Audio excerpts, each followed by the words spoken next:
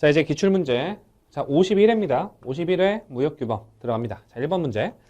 자, 대무역법부터 등장을 하죠. 용어에 관한 설명으로 올바른 것은, 자, 외국인도 수출은 수출 대금을 외국에서 영수하고, 이 부분부터 틀렸죠? 국내에서 돈은 받지만 국내에서 통관되지 않은 수출 물품 등을 외국으로 인도하거나 제공하는 수출을 말한다.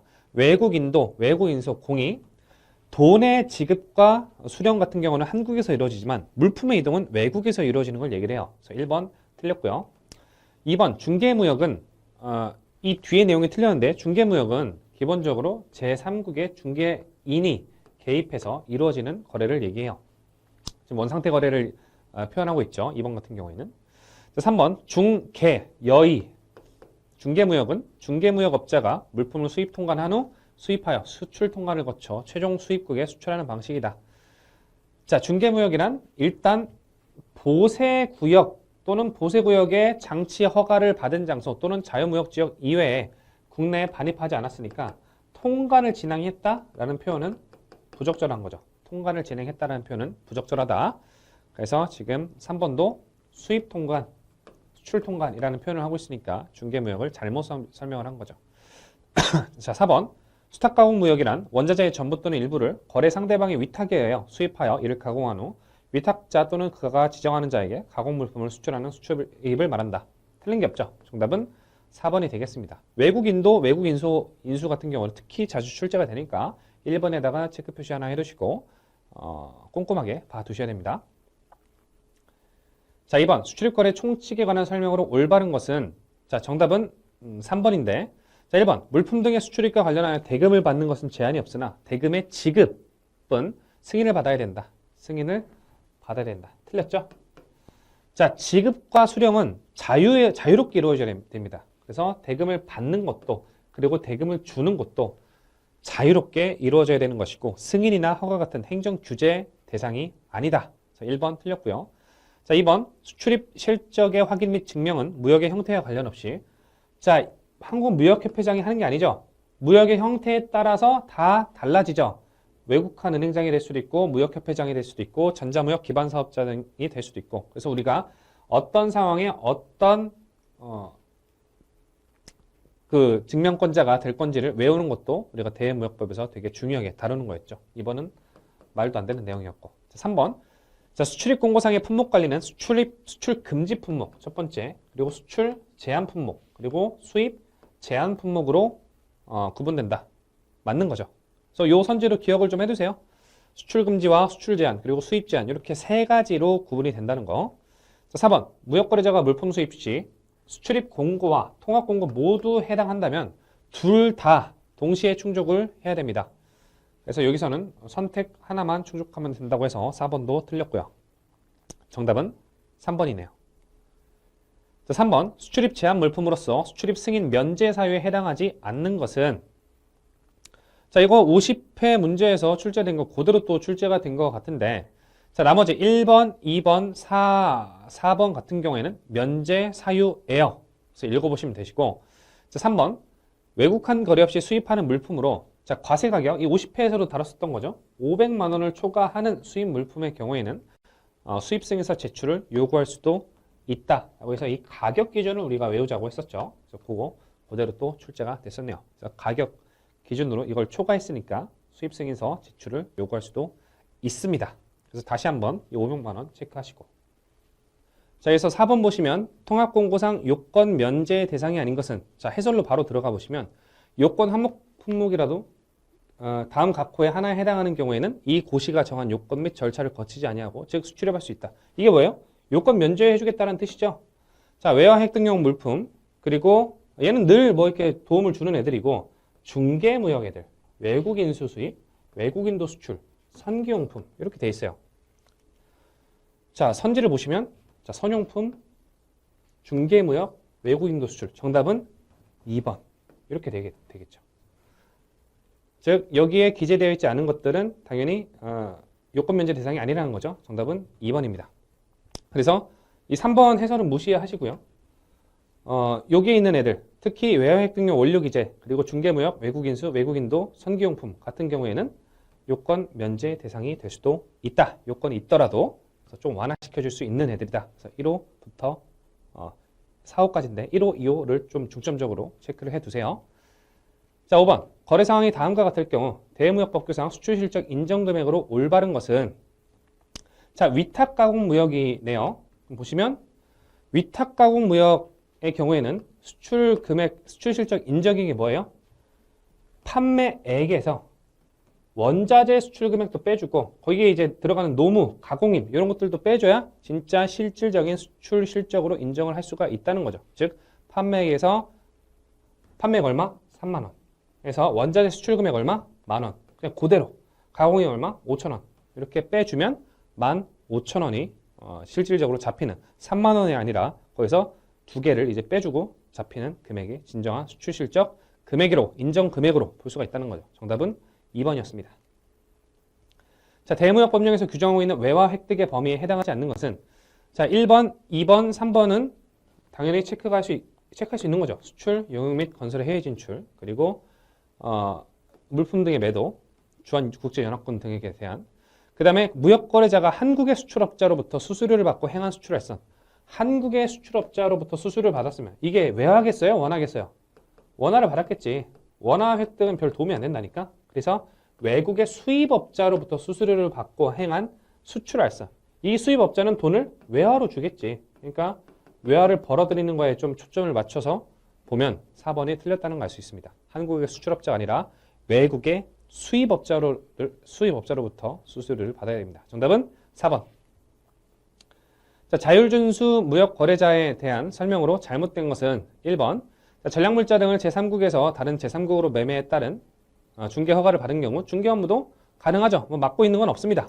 자, 2번. 자율준수 무역거래자가 자율적으로 관리하는 수출 실적 등의 보고 의무를 이행하지 않았을 경우에는 뭐 바로 과태료를 부과한다기보다는 지정을 취소할 수 있어요. 보고 의무를 이행하지 않은 경우에는 그 지정을 취소할 수 있는 거죠. 그래서 제재가 틀렸죠. 과태료를 부과하는 게 아니라 이 자격을 흔드는 거죠. 자격을 취소할 수 있다. 자, 그 정도까지 보시면 되고 7번은 자, 8번. 자, 수입 원료를 사용한 국내 생산 물품 등의 원산지 판정 기준에 대한 설명으로 올바른 것은 자, 정답은 2번이에요.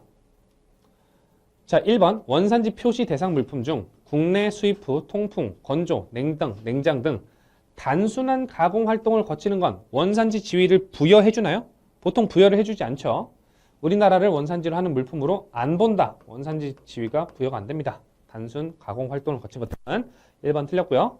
자, 2번. 자, 수입 원료를 사용한 국내 생산 물품 중 원산지 규정을 충족하지 아니한 물품의 경우 우리나라를 가공국 또는 조립국 등으로 표시하되 원료 또는 부품의 원산지를 동일한 크기와 방법으로 병행하여 표시할 수 있다. 틀린 거 없습니다. 뭐 정답 2번이네요. 네. 자, 3번. 우리나라에서 제조 가공 과정을 통해 수입 원료의 3번과 상이한 3번의 물품을 생산한 경우에는 모두 우리나라를 원산지로 하는 물품으로 본다. 틀렸습니다. 3, 4번이 묶어서 같이 보셔야 되는데 자, 규정 86조에 수입 원료를 사용한 국내 생산품 등의 원산지 판정 기준 복습 한번 하고 가죠. 우리나라에서 제조 가공 과정을 통해 수입 원료의 3번과 상이한 3번 내 물품을 생산하고 즉 3번 변경이 한번 이루어져야 되고 3번 변경이 한번 이루어져야 되고 뭐 어떤 기준으로? 6단위 기준으로 3번 변경 즉 뭐예요? CTSH가 한번 이루어져야 되고 and 플러스 총 제조원가 중 수입 원료의 수입 가격을 공제한 금액이 총 제조원가의 51% 이상의 어느 정도 부가가치가 있어야 된다라는 거죠. 이 기준이 오화 조건이 아니라 이 하고라는 표현에서 and 조건이므로 이것만 됐다고 해서 원산지를 부여할 수 있는 것도 아니라 이것만 됐다고 해서 원산지를 부여할 수 있는 것도 아니라 이 두 개가 합쳐가지고 한꺼번에 됐을 때만 우리나라를 원산지로 볼 수가 있다는 겁니다. 3번 보시면 모두 우리나라를 원산지로 하는 물품으로 본다. 요건이 하나만 등장했죠? 4번도 마찬가지예요. 우리나라에서 제조 가공 과정을 통해 생산된 물품의 총 제조원가 중 수입 원료의 수입 가격을 공제한 금액이 총 제조원가의 51% 이상인 경우에는 3번이 변경되지 않아도 이 부분이 틀렸죠. 그래서 3, 4번이 합쳐야 하나의 요건이 되는 거죠. 우리나라로 원산지를 인정할 수 있는. 그래서 정답은 2번입니다. 자, 9번. 원산지 확인 및 원산지 증명서 제출에 대한 설명으로 잘못된 것은 자, 1번. 자, 원산지명서 언제까지 제출해야 돼요? 수입 신고 전까지 제출하는 것이 기본적으로 원칙이죠. 자, 2번. 읽어보시면 되고 3번. 통합공고에 의하여 특정 지역으로부터 수입이 제한되는 물품은 원산지명서를 제출하여야 한다. 다만 현품의 원산지를 표시한 물품은 원산지명서 제출이 면제된다. 굉장히 창의적인데 단서 이하 규정이 원래 없습니다. 그래서 통합공고에 의해서 특정 지역으로부터 수입이 제한되는 물품은 반드시 시효 제출해야 돼요. 예외 없음. 근데 마치 3번은 예외 있는 것처럼 단서 규정을 다뤘기 때문에 3번이 창의적인 오답이 될 수 있죠. 오히려 이런 게 어려워요. 그냥 대놓고 문자 바꾸고 글자 바꾸고 숫자 바꾸고 이런 것들은 바로 골라낼 수 있는데 이런 것들은 뭐야? 여러분도 어떻게 생각해? 그냥 내가 공부를 안 했는데 이 규정이 있지 않았을까? 라고 생각하기 때문에 틀리는 거예요. 3번은 창의적인 오답입니다. 4번. 자, 과세가격 15만 원. 요 15만 원 기준으로 요거에 언더면은 어때요? 원산지명서 제출 면제되고 또는 개인에게 무상송부된 탁송, 별송, 여행자료표 등은 원산지명서 제출이 면제되죠. 4번 맞는 표현이고요. 정답은 3번. 자, 얘도 50회 시험에서 등장을 했었죠. 또 나오네요. 자, 어떻게 표현할까? 자, 보시면 핵심 키워드 어디 있어요? 단순, 혼합한 물품은 어떻게 했어요? 믹스드로 갔었죠. 정답은 2번. 그래서 50회를 잘 푼 사람들은 51회도 50회에서 교훈을 얻었으면 51회도 잘 풀 수가 있었겠죠. 자, 체크해 놓으시고 단순 조립은 organized in, 단순 혼합은 mixed in, 중고 물품은 imported from 라고 표현을 하겠죠. 자, 11번 수입 수량 제한 조치에 대한 설명이다. 괄호 안에 들어갈 숫자와 용어. 자, 대무역법상 수입 수량 제한 조치는 조치 시행일 이후죠. 시행일 이후에 수입되는 물품에만 적용되며 수입 수량 제한 조치의 적용 기간은 기본적으로 몇 년이요? 4년이죠. 4년이고. 자, 수입 수량 제한 조치의 내용을 변경하거나 적용 기간을 연장할 경우에는 변경되는 조치 내용 및 연장되는 적용 기간 이내에 변경되는 조치 내용은 자, 일단 기본적으로 수입 수량 제한 조치 또는 긴급 관세 모두 세이프가드의 일환이었죠. 근데 그런 것들은 불공정 무역에 대항해서 하는 거예요? 아니면 공정 무역인데 그냥 우리나라를 지키기 위해서 하는 거예요? 우리나라를 그냥 지키기 위해서 하는 거죠. 그렇기 때문에 상대국은 되게 불만이 많아. 즉 WTO에서도 야, 한국아 긴급 관세나 또는 수입 수량 제한 조치 할 거면 그 하는 동안에 빨리 경쟁력 강화시켜서 국내 산업에 피해 없도록 해. 그러니까 앞으로 계속 이런 조치를 연장하려면 점점 더 그 조치는 완화되는 쪽으로 해서 관세 장벽을 무너뜨려야 되는 거야. 그러니까 최초의 조치 내용보다 점점점 완화되는 쪽으로 가야 돼요. 그래서 C는 완화입니다. 자, 적용기간을 연장하는 때에는 수입 수량 제한 조치의 적용기간과 관세법상 긴급관세 또는 잠정 긴급관세의 부과기간 및 그 연장기간을 전부 합산한 기간이 몇 년? 8년을 넘어서는 안 돼요. 4년, 맥스 8년입니다. 정답은 1번이에요. 자, 12번 구매 확인서의 발급 신청에 대한 설명으로 잘못된 것은 늘 많이 나오는 문제죠. 12번에 별표 하나 하시고 늘 나오는 문제. 자, 1번 누구랑 누구한테 할 수 있어요? 외국한 은행장 또는 전자문서, 전자무역 기반 사업자한테 신청할 수 있고요. 2번 자, 전산 설비가 없어요. 그러면 누구한테 할 수 있어요? 전자무역 기반 사업자한테 위탁할 수 있다. 자, 3번 이 틀렸네요. 왜? 자, 외국한 은행장, 전자무역 기반 사업자는 이미 발급된 구매 확인서에 의해서 2차 구매 확인서를 발급할 수 있다. 여기로 체크. 2차 구매 확인서를 발급할 수 있다, 없다 문제를 대비해서 있다라고 체크를 해두시고 외약 등용 원료 기재 제조 가공 유통 과정이 여러 단계인 경우는 그 단계별로 순차적으로 발행할 수 있는 거지 꼭 맨 끝에 최종 단계에서만 발급할 수 있는 거는 아니에요. 3번이 틀렸네요. 자, 4번 읽어보시면 되겠고요. 자, 그래서 정답은 3번입니다. 자, 13번 우리나라의 무역보험 제도에 대한 설명으로 잘못된 것은 자, 무역보험은 어디에서만 지급한다고요? 수출입은행? 그런 은행은 등장하지 않고 오로지 무역보험공사 K슈어에서 취급을 합니다. 그래서 1번 중요한 선지고요. 2번 수출보험의 신용위험은 수입국에 관련된 거야? 아니지. 수입자와 관련된 거지. 그래서 수입국에 관련했다면 뭐 내란, 전쟁 이런 건데 이건 뭐예요? 비상위험이라고 보죠. 수입국과 관련된 위험은. 그래서 2번이 정답이네. 네. 그리고 3번 선지와 4번 선지는 읽어두세요. 읽어둬. 그러니까 무역보험 같은 경우는 나오는 게 크게 세 가지예요. 비상위험, 그리고 신용위험, 그리고 무역보험 취급 주체 이렇게 세 가지만 외워두시면 5개 연도 중에 3, 4개는 맞아. 자, 넘어갑니다. 중장기 수출보험과 수입보험을 한번 읽어보시면 되겠습니다. 자, 14번. 괄호 안에 들어갈 용어를 순서대로 올바르게 게재한 것은? 자, 서울에 소재하고 있는 창고에 보관 중인 물품을 수출신고가 수리되었다. 수출신고라는 표현이 뭐예요? 내국 물품. 한국에 있는 내국 물품을 외국 물품 하겠다라는 의사표현이고 그 의사표현이 세관을 통해서 공식적인 의견으로 받아들여지면 이제 완벽하게 외국 물품이 된 거죠. 그럼 해당 물품은 외국 물품이네. 자, 그럼 1번, 3번 탈락. 부산항으로 입항한 선박이 있는 물품을 인천공항으로 운송하여 항공기를 통해 반출하는 것을 다중환적이라는 용어는 세상에 없어요. 관세법에 없어. 그러니까 그럼 뭐야 정답이? 저는 2번이네. 네. 자, 일단 그래도 다중환적이라는 표현은 없는데 복합환적의 개념은 뭐예요? 입국 또는 입항하는 운송수단의 물품을 다른 세관의 관할구역으로 운송한다는 게 복합환적이에요. 그래서 두 번째 선지 보시면 부산항으로 입항한 선박. 여기 관할 세관은 어디겠어요? 부산 세관이겠죠. 부산 세관에 있는 물품을 인천공항 관할 세관 어디겠어요? 인천공항 세관이겠지. 인천공항 세관이겠지. 그러면 이렇게 해서 다른 세관으로 운송을 한 거네. 이게 뭐예요? 복합환적이지. 항공기를 통해 반출하는 것은 지금 세관 관할 간의 이동이 있었기 때문에 복합환적이 적절하다. 자, C. 인천항에 도착한 베트남산 물품이 수입 통관 절차를 거치지 아니하고 그럼 뭐예요? 반송이네? 네. 수입 통관 절차를 거쳤다고 한다면 다시 반송 절차를 할 수 있는 게 아니라 수입 통관 절차를 거쳤다면 수출을 거쳐야 되는데 수입 통관 절차를 거치지 않았으니까 얘는 그냥 반송의 개념으로 봐야 되겠지.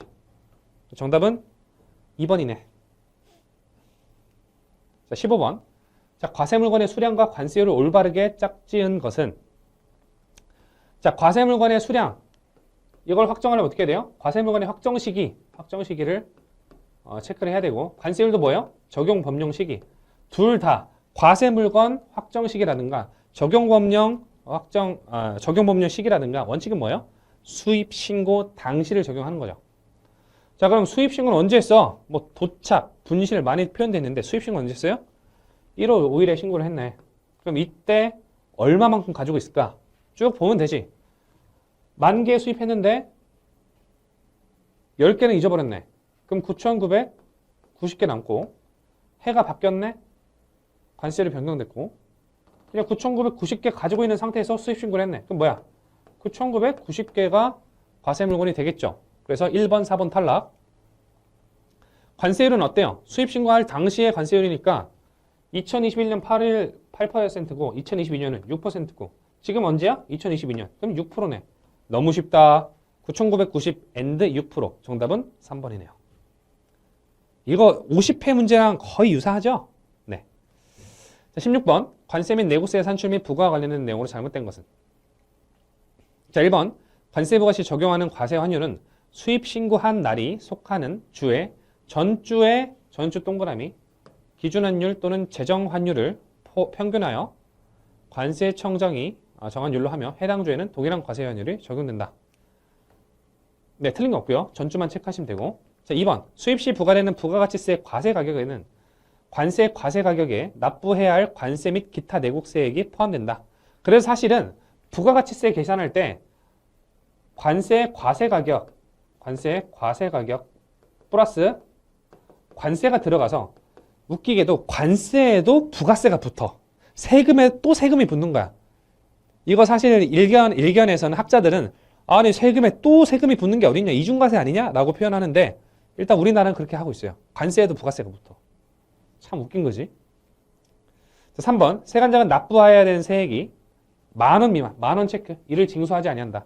즉 관세법상 징수금액 최저한은 10,000원이에요. 그러니까 10,000원 이하 것들은 이걸 고지서를 발부하는 세관 이 인력이 더 투입된다 이거야. 그러니까 10,000원 미만은 안 받겠다 이겁니다. 자, 정답은 자연스럽게 4번이 되겠죠. 자, 수입물품에 대하여 세관장이 부가 징수하는 부가가치세 등에 대한 내국세법의 규정이 관세법의 규정과 상충되는 경우에는 내국세법이 아니라 관세법의 규정을 우선해서 적용한다. 왜? 우리 지금 관세법에 대해서 배우잖아. 그러니까 내국세법보다는 관세법의 부가, 징수, 환급 절차를 준용해서 우선해서 적용을 한다.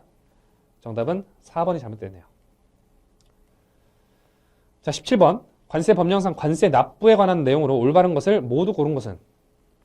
자, 정답은 4번입니다. D를 제외하고 다 맞는 표현인데, 자, 납세 신고를 한 경우 관세 납부기 한은 납세 신고 수리일로부터 15일 맞고요. B. 납세 의무자는 신고 납부한 세액이 부족하다라는 걸 알게 되었을 때는 뭘 할 수 있어? 보정 또는 수정을 할 수 있죠. 신고 납부한 날로부터 6개월 이내니까 보정을 할 수 있겠지. 부족세액은 보정 신청을 한 날에 다음 날 동그라미. 납부기한 자주 줄 때 되죠. 보정 신청을 한 날에 다음 날까지 부족세액을 납부를 해야 되고요. 자, 납세 의무자는 신고 납부한 세액이 부족한 경우 보정기간이 지난 후에는, 즉 6개월, 신고 납부한 날로부터 6개월이 지난 경우에는 수정 신고를 할 수 있는데, 이때 페널티가 뭐가 붙어요? 가산세도 함께 납부해야 되죠. 그리고 이 수정 신고의 납부기한 언제까지야? 수정 신고를 한 날이 아니라 그 다음 날까지 납부기한이 된다. 자, D. 납부기한을 경과하여 납부하는 경우 가산금을 부과한다. 가산금 제도는 사라졌습니다. 엄청 옛날에 사라졌어요. 몇 년도 있지? 2020년도인가? 가산금 제도가 원래 관세법 41조에 있었는데 제도가 아예 없어졌습니다. 그러니까 가산금이라는 표현은 납부기한 가산세 이런 표현은 없다고 보시면 돼. D는 이 세상에 없는 제도야. 그래서 A, B, C를 묶은 4번이 정답이죠. 자, 18번. 신용장 거래 방식으로 수입한 물품을 보세 창고에서 수입 신고 전에 도난 또는 분실한 경우 관세법상 관세 우선 납세 의무자. 한 가지 팁을 드리면, 우리가 납세 의무자 찾는 문제가 매 시험마다 또는 2년 중에 한 번 정도 출제가 되는데, 맨날 신용장 거래 방식 해가지고 신용장 개설은행도 등장하고 막 잡다한 거 다 등장해. 근데 항상 그럴 때 답은 보통은 특별 납세 의무자, 보세 창고 운영인이 답이에요. 자, 예언 하나 할게요. 납세 의무자 찾는 문제에서 거의 대부분의 답은 어떤 사례로 나올지 모르겠지만 보세 운송 신고 또는 승인받은 자 또는 보세 창고 운영인이 답이 될 확률이 내가 봤을 때 85%가 넘어. 뭔 얘기인지 알겠지? 어렵게 출제가 된다 할지라도 거의 그렇다 이거야. 자, 이 사례 한번 보시면, 자, 보세 창고에서 도난 또는 분실됐으면 이것도 관세 부과 대상입니다. 그러면 보세 창고에서 도난 또는 분실됐어. 그럼 화주 잘못이야? 아니면 보세 창고를 운영하는 운영인 또는 보관인 잘못이야? 운영인 또는 보관인 잘못이겠지. 그럼 뭐야? 정답. 얘지. 우리가 직관적으로 생각했을 때. 정답은 3번이죠. 자, 화주가 있죠. 수입 화주가 있고 얘는 원칙적인 납세 의무자죠. 그리고 보세 창고에서 도난 당했으니까 이 운영인이 특별 납세 의무자가 있죠. 그럼 이 둘이 경합하면 누가 내야 돼요? 특별 납세 의무자한테 더 죄를 묻는 거지. 정답은 3번입니다. 하여튼 뭔 내용인지 알겠지? 개설은행이 이런 사례, 납세 의무자 사례에서 늘 개설은행 이런 게 등장하는데, 개설은행 같은 경우가, 개설은행이 납세 의무를 지는 경우는 이 세상에 단 한 군데도 없어요. 앞으로 나올 모든 문제를 미리 예견해 봤을 때. 네, 그래서 정답은 3번입니다. 자, 관세법의 관세부가 제척기간에 대한 내용이다. 올바르게 계산한 것은? 자, 제척기간이라는 게 뭐예요? 관세를 부과할 수 있는 기간, 존속기간을 얘기해요. 몇 년이에요? 부과할 수 있는 날로부터 몇 년? 5년이 지나면 부과할 수 없다. 즉 5년이 지나면 관세 부과권의 제척기간이 만료가 돼서, 제척기간이 만료된다는 말은 부과권이 날아가 버린다는 뜻이야. 부과권이 날아가 버린다는 뜻은 더 이상 부과할 수 없다는 뜻이고, 더 이상 부과할 수 없다는 말은 납세 의무가 완벽하게 소멸해 버린다는 뜻이죠. 다만 부정한 방법으로 관세를 포탈하였거나 환급 또는 감면받은 경우에는 관세를 부과할 수 있는 날부터 10년이죠.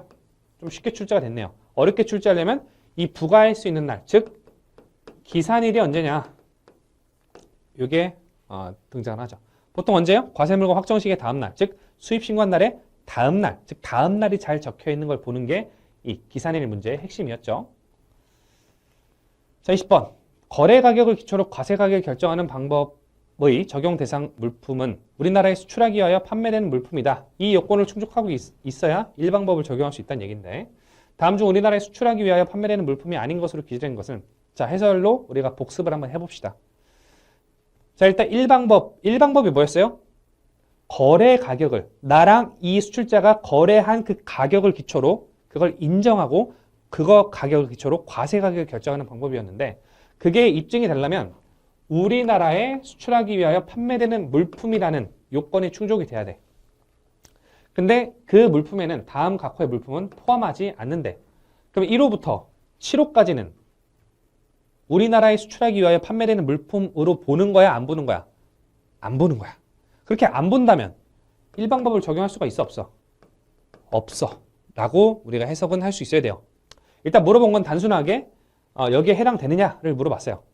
자, 무상으로 수입하는 물품, 수입 후 경매 등을 통해 판매가격이 결정된 위탁 판매 수입 물품, 그리고 뭔가 수출자의 책임으로 국내에서 판매하기 위하여 수입하는 물품은 가격에 왜곡이 생길 우려가 높다는 거야. 저런 것들은 정상 거래가 아니잖아. 내가 수출자고 얘가 수입자면 내가 판매하면 끝이야. 근데 내가 판매하고 내가 계속 수입자를 컨트롤하고 케어하고 관리하고 감독해. 그럼 그거에 따라 가격이 조작이 생기겠죠. 그럼 거래 가격이 조작이 생긴다는 말은 그 거래 가격을 과세 가격으로 인정할 그 효력이 있다고 봐, 없다고 봐. 없다고 보는 게 맞겠지. 그러니까 이런 것들은 일방법을 적용할 수 없다는 거죠. 어찌됐건.